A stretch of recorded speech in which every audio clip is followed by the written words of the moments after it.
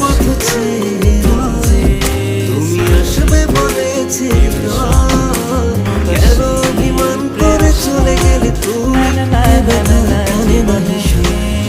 সখী ভালো